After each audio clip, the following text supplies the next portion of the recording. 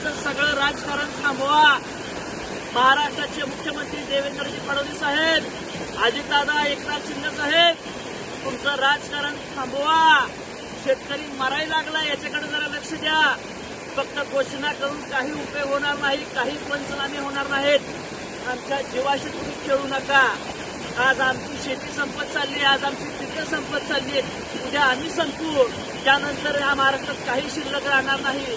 रोज अगदी मुसळधार पाऊस आहे साहेब. आज आमच्या शेताला ओढ्याचं नाल्याचं स्वरूप आलंय.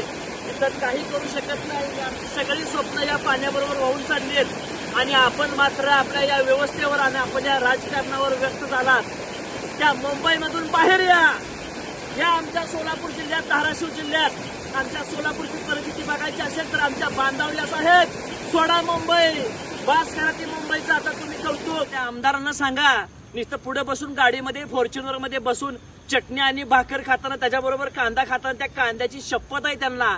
ज्यावेळेस तुम्ही कांदा आणि भाकर खाता त्यावेळेस एखादं चांगलं गाणं लावता, तसंच गाणं आमचं वाजायला लागलंय शेतामध्ये आणि तुम्हाला तरीही कळत नाही. आमदार येतो कुठेतरी कोपऱ्यात उभा राहतो आणि जातो. ही व्यवस्था महाराष्ट्राची तुम्ही बघा काय चालली. तुम्ही मुंबईतून बाहेर या एकदा आणि शेतकऱ्याच्या बांधावर आल्यानंतर ही परिस्थिती तुम्हाला बघायला मिळेल. अक्षरशः पूर्ण कांदा हा पावसामध्ये आणि पाण्यामध्ये गेलेला आहे. अक्षरशः शेताला वड्याचं आणि नाल्याचं स्वरूप झालंय.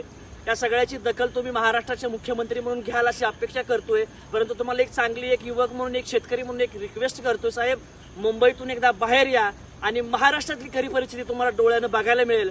तुमचे अधिकारी तुम्ही सांगितले असतील, तुम्ही आदेश दिला असेल की शेतकऱ्याच्या बांधावर जाऊन पंचनामा करा, पण तुमचा महसूलचा अधिकारी अजूनपर्यंत शेतातल्या बांधावरती आला नाही. परत या बांधावरती, या रानात तुम्हाला दिसेल आज कांदा आहे सध्या, काही दिवसानंतर कांदा हा पूर्ण जळेल. त्यावेळेस तुमचा अधिकारी येईल म्हणेल यात काहीच लावलं नव्हतं तुम्ही, फक्त दिसते ती ड्रीप आणि गोळा झालेली, याच्यामध्ये कांदाच नव्हता असं तुमचा महसूलचा अधिकारी म्हणेल. त्यावेळेस आम्हाला दुसरा पर्याय नाही. त्यावेळेस एकच पर्याय राहील की आत्महत्या. कारण धाराशिव असेल, सोलापूर असेल, इथला भाग बघताय आपण पूर्णपणे अक्षरशः पावसानं संपलेला आहे.